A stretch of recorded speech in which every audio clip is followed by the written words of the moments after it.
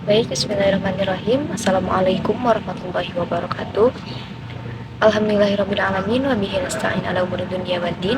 Wassalatu wassalamu ala asyrofil anbiya'i wal mursalin wa ala alihi wa sahbihi ajmain amma ba'du. Yang terhormat, dosen pengampu mata kuliah metodologi penelitian yaitu Bapak Dr. Irawan SPD MHUM dan Bapak Dr. Haji Saifuddin Rahmatullah MSI dan rekan-rekan MPI 5D yang saya cintai dan saya banggakan. Pada pertemuan kali ini, di sini saya sebagai moderator juga perwakilan dari kelompok 3 akan memaparkan materi yaitu mengenai perumusan hipotesis. Izinkan saya untuk menyampaikan anggota-anggota dari kelompok 3, yaitu yang pertama ada Naufal Razan Ananda Dimas dengan ujung NIM 121, lalu Putri Mustafani dengan ujung NIM 134, dan saya sendiri Resusyawa Gumilar dengan ujung NIM 139. Lalu ada Risma Amelia dengan ujung NIM 145. Sebelum beranjak ke jurnal yang kami analisis, di sini saya akan mengulas mengenai pengertian dari hipotesis. Jadi hipotesis ini merupakan gabungan dari kata hipo yang artinya di bawah dan tesis yang artinya kebenaran. Secara keseluruhan, hipotesis ini berarti bahwa kebenaran belum tentu benar dan baru dapat diangkat menjadi sesuatu kebenaran jika memang telah disertai dengan bukti-bukti. Dalam kata lain, hipotesis ini diartikan sebagai dugaan sementara. Jadi perumusan hipotesis ini menjadi sangat penting dalam sebuah penelitian karena tujuan penelitian ilmiah itu secara umum adalah untuk memecahkan masalah melalui metode ilmiah sehingga diperoleh pengetahuan baru yang ilmiah. Lalu hipotesis ini perlu dinyatakan dalam bentuk konsep yang dapat dinilai benar atau salah. Lalu materi selanjutnya yaitu mengenai kriteria hipotesis, kegunaan hipotesis, tujuan hipotesis, dan yang lainnya. Yang pertama ada kriteria hipotesis. Nah, kriteria hipotesis ini berbentuk pernyataan hubungan antara dua variabel atau lebih. Jadi ada kesinambungan antara dua variabel atau lebih, lalu dasar yang jelas untuk menguji hubungan variabel. Lalu ada kegunaan hipotesis, yaitu memiliki kekuatan penjelas. Pernyataan hubungan antar variabel dapat diuji sejalan dengan pengetahuan dan dideskripsikan secara sederhana dan seringkas mungkin. Jadi singkat, padat, dan jelas. Lalu ada tujuan dari hipotesis, yaitu memberikan gambaran tentang fenomena objek penelitian, penyataan yang bisa diuji langsung, petunjuk sebuah penelitian, sebagai konsep penelitian dalam membentuk kesimpulan, lalu diuji dan terbukti untuk diterima atau ditolak dalam sebuah penelitian. Nah, selanjutnya menguji hipotesis. Menguji hipotesis ini harus diperlukan data dan fakta yang dikumpulkan. Jadi setelah adanya data dan fakta yang telah diterima oleh seorang peneliti, lalu selanjutnya diuji hipotesisnya. Dan yang kedua adalah pengetahuan yang luas tentang kerangka teori, penguasaan penggunaan teori, dan statistik teknik pengujian. Selanjutnya ada ciri-ciri hipotesis, di mana hipotesis ini memiliki ciri, yaitu yang pertama ada merupakan jawaban sementara seperti yang terdapat pada pengertian hipotesis itu sendiri. Yang kedua terdiri dari variabel yang akan diteliti, lalu deskriptif dan bukan berdasarkan persepsi atau subjektivitas. Lalu selanjutnya ada pembentukan hipotesis. Pembentukan ini dengan membentuk hipotesis dari rumusan masalah. Jadi untuk membentuk sebuah hipotesis ini dilihat terlebih dahulu dari rumusan masalah pada karya ilmiah yang akan dibuat atau diteliti oleh peneliti tersebut. Lalu dalam menentukan hipotesis ini harus mempunyai banyak informasi tentang masalah yang akan dipecahkan dengan banyak membaca literatur atau hubungan dengan penelitian yang sedang dilaksanakan. Selanjutnya sumber penentuan hipotesis, dan yang terakhir ada bentuk-bentuk hipotesis. Nah, bentuk hipotesis ini menurut Sugiono pada penelitiannya yaitu tahun 2009 bahwa hipotesis ini dibagi menjadi 3. Yang pertama ada hipotesis deskriptif, yaitu dugaan atau jawaban sementara terhadap nilai. Contohnya, ketika H0, kecenderungan masyarakat di desa X memilih warna mobil yang gelap, maka untuk HA-nya, kecenderungan masyarakat di desa X memilih warna mobil bukan warna gelap. Jadi harus terdiri dari satu variabel dalam satu sampel, walaupun bisa terdapat beberapa kategori seperti itu. Selanjutnya ada hipotesis komparatif. Dan hipotesis komparatif ini dibagi ke dalam dua bagian lagi, yaitu ada komparatif berpasangan dan komparatif tidak berpasangan. Di mana komparatif berpasangan ini seperti HO tidak terdapat perbedaan berat badan mahasiswa antara sebelum dan sudah ujian akhir semester. Lalu HA-nya terdapat perbedaan berat badan mahasiswa antara sebelum dan sudah ujian akhir semester. Dan yang ketiga yaitu hipotesis asosiatif, di mana hipotesis asosiatif ini merupakan dugaan atau jawaban sementara tentang hubungan antara dua variabel atau lebih. Seperti contohnya, ketika H0 tidak ada hubungan antara tingkat pendidikan dengan pengetahuan masyarakat tentang Down syndrome, lalu H-nya ada hubungan antara tingkat pendidikan dengan pengetahuan masyarakat tentang Down syndrome. Baik, selanjutnya menganalisis hipotesis yang ada pada satu jurnal internasional. Saya akan menyampaikan terlebih dahulu identitas jurnalnya, yaitu judulnya Internal Quality Assurance Management and Strategy for Achieving National Education Standard Through the Principle of Continuous Improvement, yang artinya manajemen penjaminan mutu internal sebagai strategi pencapaian standar nasional pendidikan melalui prinsip perbaikan berkelanjutan. Tahun terbitnya itu tahun 2022. Penulisnya ada Habibi, Aris Munandar, Abdul Rahman, dan Andi Darmawangsa. Jurnalnya merupakan Jurnal Islamic Educational Management atau Manajemen Pendidikan Islam, volumenya 06 nomor 02, dan page-nya itu 531 sampai 543.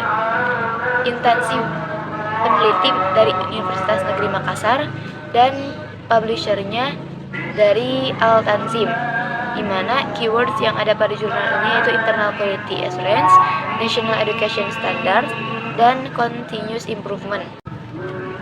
Perumusan hipotesis yang saya dapat dari jurnal tersebut yaitu yang pertama, hipotesis utama.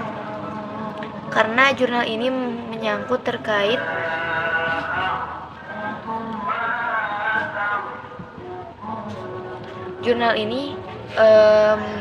terkait manajemen mutu internal sebagai strategi pencapaian di sebuah sekolah, yaitu di MAN Insan Cendekia Goa dan SMA Islam Atira Makassar, di mana kedua sekolah ini dalam satu wilayah. Ditemukan bahwa H0 atau hipotesis nolnya tidak ada hubungan signifikasi antara implementasi manajemen penjaminan mutu internal berdasarkan 8 standar nasional pendidikan dan pencapaian standar nasional pendidikan di MAN Insan Cendekia Goa dan SMA Islam Atira Makassar. Lalu di H1 atau H-nya, hipotesis alternatifnya, terdapat hubungan signifikasi antara implementasi manajemen penjaminan mutu internal berdasarkan 8 standar nasional pendidikan dan pencapaian standar nasional pendidikan di MAN Insan Cendekia Goa dan SMA Islam Atira Makassar. Lalu hipotesis pendukung yang saya temukan pada jurnal ini, H0-nya tidak ada pengaruh signifikasi dari evaluasi diri. Jadi sekolah tersebut mengadakan evaluasi terkait penjaminan mutu yang mereka terapkan, namun di hipotesis nolnya tidak ada pengaruh signifikasi dari evaluasi diri sekolah terhadap perbaikan berkelanjutan dalam pencapaian standar nasional di MAN Insan Cendekia Goa dan di SMA Islam Atira Makassar. Namun pada alternatifnya atau H1HA-nya terdapat pengaruh signifikasi dari evaluasi diri sekolah terhadap perbaikan berkelanjutan standar nasional pendidikan di MAN Insan Cendekia Goa.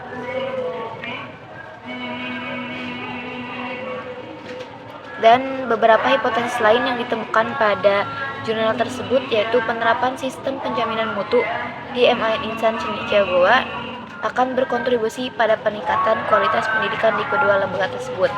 Dan hipotesis HA-nya yaitu tidak ada kontribusi, tidak ada peningkatan pada penerapan sistem penjaminan mutu di SMA Islam dan juga MAN Insan Cendekia.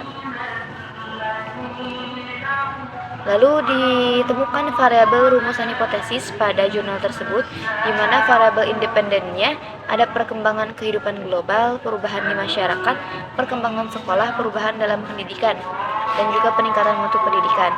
Lalu variabel dependennya ada kualitas pendidikan, kredibilitas sekolah, efektivitas penjaminan mutu, dan opini. Jadi berdasarkan variabel di atas, terdapat perumusan hipotesis baru, yaitu peningkatan mutu pendidikan variabel independen berkontribusi positif terhadap kualitas pendidikan, yaitu variabel dependen. DMIN Insan Cendikia Goa dan SMA Islam Atira Makassar. Lalu hipotesis lainnya, implementasi sistem penjaminan mutu internal atau SPMI masuk ke dalam variabel independen berdampak positif pada kredibilitas sekolah, yaitu variabel dependen di kedua lembaga. Hipotesis selanjutnya yaitu peningkatan mutu pendidikan masuk pada variabel dependen dan memiliki hubungan positif dengan standar nasional pendidikan atau SNP, yaitu atau variabel dependen yang diterapkan dalam sistem penjaminan mutu. Mungkin sekian dari materi saya. Saya lanjutkan kepada materi selanjutnya. Lanjut ke analisis jurnal selanjutnya dengan judul jurnal yaitu Student Responses to the Online Learning Process for Capital Selected Education Management Course. Volumenya 7, nomor 2, halaman 138 sampai 142, tahun terbit 2022, nama penulis Muhammad Yasir Arafah, Sedia Sentosa, dan Heldi dan Putra. Instansinya UIN Sunan Kalijaga, Yogyakarta. Langsung ke materi hipotesis. Hipotesis itu adalah dugaan yang bersifat sementara, sehingga harus dibuktikan kebenarannya, yang mana peneliti perlu mengumpulkan data agar dapat membuktikan apakah dugaannya itu benar ataupun salah. Dalam jurnal ini terdapat dua hipotesis. Yang pertama, pembelajaran dapat efisien dan efektif untuk menggantikan perkuliahan tatap muka. Hasil dari tanggapan penelitian ini berasal dari 37 siswa yang memberikan tanggapan. Kuesioner terdiri dari 37 mahasiswa. Hasil yang diperoleh terkait dengan efektivitas dan efisiensi pembelajaran online dapat dilihat pada tabel yang berisikan dua pertanyaan ini. Yang pertama, pembelajaran online lebih efektif daripada tatap muka di kelas. Yang kedua, pembelajaran online lebih efisien. Nah, setelah peneliti melakukan penelitian tersebut, bisa dikatakan bahwa pembelajaran online cukup efektif dan efisien dibandingkan dengan pertemuan tatap muka. Ada mahasiswa yang tidak setuju dengan bahwa tidak 100% mahasiswa setuju dengan pelaksanaan pembelajaran online karena mahasiswa masih menginginkan adanya pertemuan tatap muka. Tetapi dalam kuesioner tersebut rata-rata mahasiswa jawab bahwa online itu lebih efektif daripada tatap muka. Hipotesis kedua yaitu pembelajaran online meningkatkan antusiasme mahasiswa dalam mengerjakan tugas mata kuliah tepat waktu. Terdapat 3 pertanyaan yang diajukan oleh peneliti di dalam kuesioner tersebut. Yang pertama, lebih antusias mengerjakan tugas melalui pembelajaran online. Pembelajaran online membuat lebih banyak pertanggungjawaban. Yang ketiga, mengantisipasi pekerjaan pembelajaran online tepat waktu. Nah, dapat kita simpulkan bahwa pembelajaran online meningkatkan antusiasme mahasiswa dalam mengerjakan mata kuliah tepat waktu. Hasil dari penelitian ini memberikan hipotesis alternate yang menyatakan dua hipotesis. Yang pertama, pembelajaran daring efektif dan efisien menggantikan perkuliahan tatap muka, dan pembelajaran daring lebih efisien dalam hal waktu maupun sumber daya daripada perkuliahan tatap muka. Mungkin cukup sekian materi saya serahkan kepada materi selanjutnya. Baik, di sini saya akan membahas mengenai jurnal yang ketiga, jurnal internasional. Nah, saya ingin mengingatkan kembali bahwasanya hipotesis merupakan jawaban sementara bagi rumusan masalah. Adapun identitas jurnal ini adalah nama jurnalnya adalah The Effectiveness of Human Research Management on Improving the Performance of Education Staff, yang memiliki arti efektivitas manajemen sumber daya manusia dalam meningkatkan kinerja staf kependidikan, dengan volume atau edisi 6 nomor 5 halamannya 251 sampai 254. Kemudian tahun terbitnya adalah 2015. Kemudian adapun penulisnya ada dikarang oleh atau disusun oleh beberapa penyusun, yaitu ada Reza Alami, Reza Suhai, Abdul Karim Maliki Bernati, ada Ali Yunasi, Bilad Farmia, Hasan Mirzanaji. Kemudian ini juga jurnal ini disusun dari gabungan beberapa universitas gitu mahasiswanya, yaitu dari Department of Management, Lincoln University College Malaysia, kemudian ada branch Iran Education and Training District 2 Sari Mandaran Iran, kemudian ada Department of Educational Studies Universitas Putra Malaysia, berarti dari 3 universitas ya. Kemudian ada pun penerbitnya dari Journal International Journal of Business and Social Science, namun ini membahas mengenai pendidikan juga ya. Kemudian ada keyword jurnalnya ada Human Research Education Management and Effectiveness, and the last the staff. Untuk linknya ini. Kemudian selanjutnya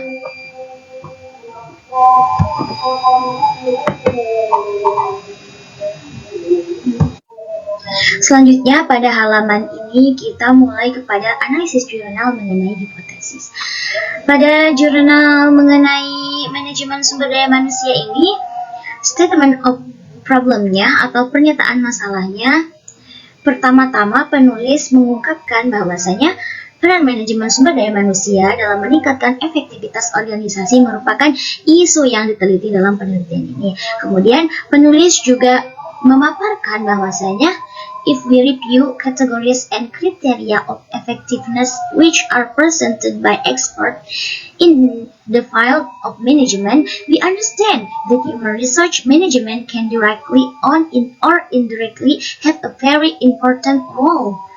Ya, jadi di sini penulis berdasarkan teori yang telah dikemukakan oleh para ahli berasumsi bahwasanya manajemen sumber daya manusia secara langsung maupun tidak langsung dapat mempunyai peranan yang penting dalam meningkatkan kinerja staf pendidikan melalui indikator-indikator yang telah dikemukakan ya, seperti di sini ada contohnya, ada relocation or turnover of employees absence, compatibility of the norm or moral gitu. Itu contoh-contohnya. Bukan contoh-contoh, itu termasuk pada indikator-indikatornya. Kemudian penulis juga menyebutkan atau mengemukakan tujuan dari penelitian. Nah, tujuan penelitian ini adalah untuk mengevaluasi kinerja sumber daya manusia dalam efektivitas tenaga kependidikan, sehingga ditentukan kinerja sumber daya manusia dengan mempertimbangkan 3 indikator utama, yaitu mencari, menarik, menyeleksi, melatih, dan mengembangkan evaluasi kinerja pegawai dalam rangka meningkatkan kinerja mereka. Efektivitasnya sudah positif apa belum? Gitu. Kemudian lahirlah pertanyaan dari penelitian yang English ini, namun saya langsung artikan saja ya. Yang pertama adalah jika pengelolaan sumber daya manusia efektif dalam meningkatkan efektivitas kinerja pegawai di bidangnya, konteks mencari, menarik, dan memilih karyawan apakah efektif atau tidak. Kemudian, apakah pengelolaan sumber daya manusia efektif terhadap efektivitas kinerja pegawai dalam merancang dan melaksanakan program pelatihan pengembangan sumber daya manusia. Kemudian yang ketiga, jika manajemen sumber daya manusia mengevaluasi kinerja pegawai dalam meningkatkan efektivitas karyawan efektif. Kemudian yang kelima ada, apakah penurunan kualitas sumber daya manusia akan melemahkan efektivitas staf? Kemudian yang keenam, apakah kinerja pelatihan dalam sesi pelatihan mempengaruhi efektivitas karyawan. Kemudian yang ketujuh, jika terdapat perbedaan yang signifikan dampak sumber daya manusia terhadap peningkatan efektivitas karyawan, apa ada gitu. Kemudian kita jawab gitu. Di sini ada yang pertama, hipotesisnya itu kan ada H0 atau H1 itu. Kemudian yang pertama, manajemen sumber daya manusia yang efektif dalam menemukan, menarik, dan memilih karyawan akan meningkatkan efektivitas kinerja karyawan. Nah, ini tuh ada, jika di dalam perancangan hipotesis berarti ada H0 atau H1 gitu. Jadi H0-nya bisa pengelolaan sumber daya manusia dalam rangka pencarian, penarikan, dan seleksi pegawai tidak berpengaruh signifikan atau tidak berdampak signifikan terhadap peningkatan efektivitas tenaga kependidikan. Nah, jika H1 itu adalah pengelolaan sumber daya manusia dalam rangka pencarian, penarikan, dan seleksi pegawai berpengaruh signifikan terhadap peningkatan efektivitas tenaga kependidikan. Nah, karena di jurnal ini sudah ada ya jawabannya gitu, karena sudah terdapat sampel gitu. Kemudian penulis itu mengadakan sebuah diskusi dan kesimpulan. Setelah melakukan diskusi dengan sampelnya kepada 120 orang dari tenaga kependidikan, maka terjawab ini hipotesisnya. Terjawab itu pertanyaan-pertanyaan tersebut ya. Dari keenam pertanyaan tersebut semuanya berpengaruh secara signifikan atau hasilnya semuanya adalah H1 atau H alternatif gitu ya. Hasilnya alternatif berpengaruh secara signifikan. Mungkin itu saja yang dapat saya sampaikan. Terima kasih atas perhatiannya. Assalamualaikum.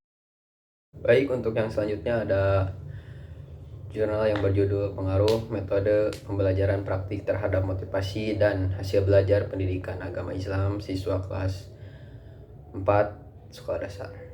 Tahun 2016, penulis Titin Syahrawiyah. Jurnal berjenis Jurnal Ilmiah Pendidikan, volume 10, publisher Studia Didaktika. Baik, untuk rumusan masalahnya yaitu yang pertama ada seberapa besar tingkat penerapan metode pembelajaran praktek. Hipotesisnya adalah untuk tingkat penerapan metode pembelajaran praktek, tingkat penerapan metode pembelajaran praktek adalah rendah. Yang kedua adalah seberapa besar motivasi belajar siswa sebelum dan sesudah diterapkan metode pembelajaran praktek. Hipotesisnya yaitu motivasi belajar siswa sebelum dan sesudah penerapan metode pembelajaran praktek yaitu pembelajaran siswa rendah. Yang ketiga ada seberapa besar tingkat hasil belajar siswa sebelum dan sesudah diterapkan metode pembelajaran praktek. Hipotesis untuk tingkat hasil belajar siswa sebelum dan sesudah penerapan metode pembelajaran praktek yaitu hasil hipotesis sebelumnya tingkat hasil belajar siswa sebelum diterapkan metode pembelajaran praktek adalah rendah. Hipotesis sesudah tingkat hasil belajar siswa meningkat setelah diterapkan metode pembelajaran praktek. Yang keempat adalah apakah terdapat pengaruh penerapan metode pembelajaran praktik terhadap motivasi belajar siswa.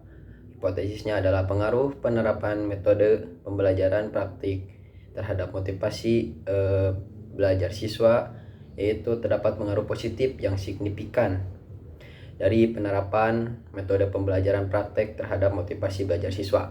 Yang kelima, apakah terdapat pengaruh penerapan metode pembelajaran praktek terhadap hasil belajar siswa, yaitu pengaruh penerapan metode pembelajaran praktek terhadap hasil belajar siswa adalah berdampak positif yang juga signifikan dari penerapan metode pembelajaran praktek yang telah diterapkan. Dengan begitu, penerapan metode pembelajaran praktek dalam proses pembelajaran sangat mempengaruhi motivasi belajar siswa. Hal ini dapat dilihat dari keterangan skor rata-rata yang diperoleh siswa baik sebelum diterapkan ataupun setelah diterapkan metode pembelajaran praktik. Berdasarkan data hasil penelitian diperoleh keterangan skor rata-rata motivasi belajar siswa sebelum diterapkan metode pembelajaran praktik pada setiap indikator secara keseluruhan untuk pretest yaitu sebesar 120/44 dengan kategori sangat tinggi. Sedangkan skor rata-rata motivasi belajar siswa keseluruhan untuk post test yaitu terdapat di 126,49 atau setelah diterapkan metode pembelajaran praktek semua indikator berada pada kategori sangat tinggi. Dengan demikian dapat disimpulkan bahwa penerapan metode pembelajaran praktek berpengaruh terhadap motivasi belajar siswa. Baik, untuk yang selanjutnya jurnal yang berjudul Hubungan Antara Gaya Belajar dengan Prestasi Belajar Pendidikan Kewarganegaraan Siswa SD tahun 2018. Penulis Ani Istiqomah, instansi Universitas Lampung. Yang ini yang berdasarkan hasil uji perhitungan hipotesis dalam penelitian ini diperoleh hasil koefisien korelasi variabel X terhadap variabel Y sebesar 0,49 bertanda positif dengan kriteria sedang. Koefisien korelasi yang didapat selanjutnya diuji dengan uji yaitu uji signifikasi untuk mencari kebermaknaan hubungan antara gaya belajar dengan prestasi belajar. Caranya adalah dengan membandingkan hitung dengan tabel. Jika hitung tabel dengan alfa sama dengan 0,5 maka artinya signifikan. Hasil perhitungan diperoleh hitung sama dengan 3,23 dengan nilai tabel untuk alfa sama dengan 0,05 dan dk sama dengan n-2. Hasil tersebut menunjukkan hitungan tabel yaitu 3,23 lebih besar dari 1,69. Hal ini berarti hipotesis diterima, artinya terdapat hubungan yang signifikan dan positif antara gaya belajar dengan prestasi belajar pendidikan kewarganegaraan siswa kelas 5 SD Negeri 5 Metro Barat. Hasil tersebut sesuai dengan hasil penelitian. Hasil analisis menunjukkan bahwa siswa kelas 5 SD Negeri 5 Metro Barat yaitu 37,14% cenderung gaya belajar visual, 11,42% cenderung gaya belajar auditif, dan 51,42% cenderung gaya belajar kinestetik. Hasil tersebut berpengaruh pada prestasi belajar siswa. Siswa yang cenderung gaya belajar kinestetik memiliki prestasi belajar yang termasuk dalam kategori sangat tinggi. Sedangkan siswa yang cenderung gaya belajar visual dan auditif memiliki prestasi yang termasuk dalam kategori cukup, rendah, dan sangat rendah. Rumusan masalahnya adalah apakah terdapat hubungan yang signifikan dan positif antara gaya belajar dengan prestasi belajar pendidikan kewarganegaraan siswa kelas 5 SD Negeri 5 Metro Barat. Untuk rumusan hipotesisnya dapat menggunakan hipotesis 0 atau HO dan hipotesis alternatif atau HI sebagai berikut. Hipotesis 0 atau HO yaitu tidak ada hubungan yang signifikan antara gaya dan hipotesis alternatif H1 gaya belajar dan prestasi belajar PKN siswa kelas 5 SD Negeri 5 Metro Barat. Hipotesis alternatif atau H1 terdapat hubungan yang signifikan dan positif antara gaya belajar dan prestasi belajar PKN siswa kelas 5 SD Negeri 5 Metro Barat. Penelitian untuk menguji hipotesis ini menggunakan metode analisis statistik yang sesuai dengan data yang dikumpulkan. Jika analisis statistik menunjukkan adanya hubungan yang signifikan dan positif antara gaya belajar dan prestasi belajar PKN, maka dapat menolak hipotesis 0 atau HO dan menerima hipotesis alternatif atau HI sebagai benar. Baik, selanjutnya adalah sampai di sesi kesimpulan. Penyampaian kesimpulan di mana hipotesis ini merupakan jawaban sementara terhadap masalah penelitian yang sebenarnya harus diuji secara empiris. Nah, hipotesis ini menyatakan hubungan apa yang kita cari atau yang kita ingin pelajari. Dan hipotesis juga merupakan keterangan sementara dari hubungan fenomena-fenomena yang kompleks. Lalu hipotesis dapat dibedakan menjadi tiga, yaitu hipotesis deskriptif, komparatif, dan asosiatif. Ketiga bentuk ini diaplikasikan atau kita coba praktikkan pada perumusan hipotesis di kelima jurnal yang telah ditugaskan kepada kami, yaitu 3 jurnal internasional dan 2 jurnal nasional. Terima kasih atas segala perhatian dan atas yang telah menonton video presentasi kami. Akhirul kalam, kami ucapkan terima kasih dan juga mohon maaf atas penyampaian yang tidak sesuai dengan harapan audiens sekalian. Assalamualaikum warahmatullahi wabarakatuh.